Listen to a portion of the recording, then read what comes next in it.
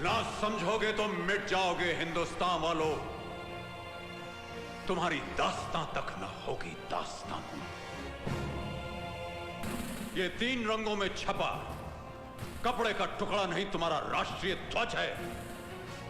इसका मांग करोगे तो कभी सम्मान नहीं पाओगे। कौन हो तुम? कबीरा, जिसने इस परचम की आन के लिए अपना ये बाजू कुर्बान कर दिया। इस चवन्नी के तिरंगे के लिए? शाबाश।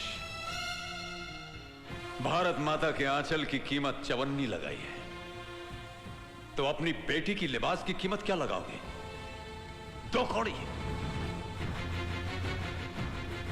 दरअसल कसूर भी तुम्हारा नहीं है।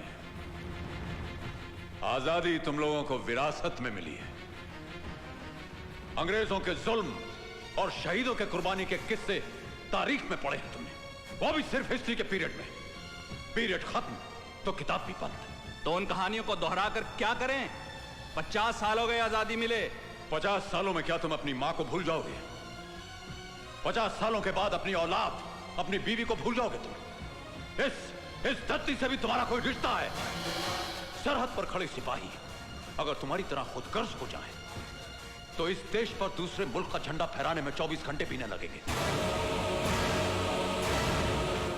तुम जैसे कमजोर तो सिर्फ मंदिर मस्जिद के लिए लड़ सकते हो, देश की आन और मर्यादा के लिए नहीं।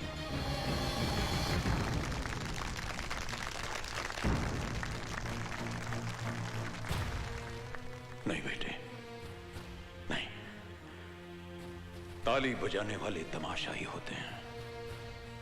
मैं तो इस पीढ़ी को मैदान में देखना चाहता हूं। इनकी आंखों में वो जुनून देखना चाहता हूं कि दोबारा किसी की हिम्मत ना हो कि तुम्हारी सरहदों की तरफ आंख उठा करके देख सके।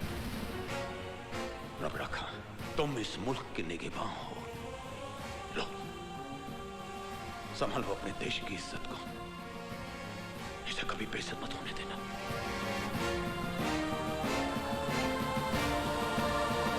जय हिंद। आज बंटवारे को 50 साल से ऊपर हो चुके हैं, लेकिन पड़ोसी मुल्क लगातार इस कोशिश में है कि हमारे देश का विनाश करे।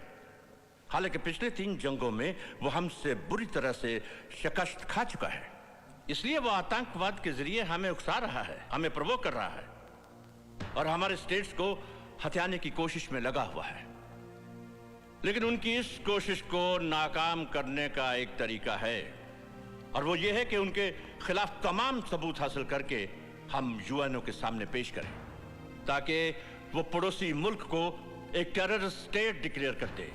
हमारे इंटेलिजेंस आर्मी के कई जांबाज सिपाही इस मकसद में शहीद हो चुके हैं।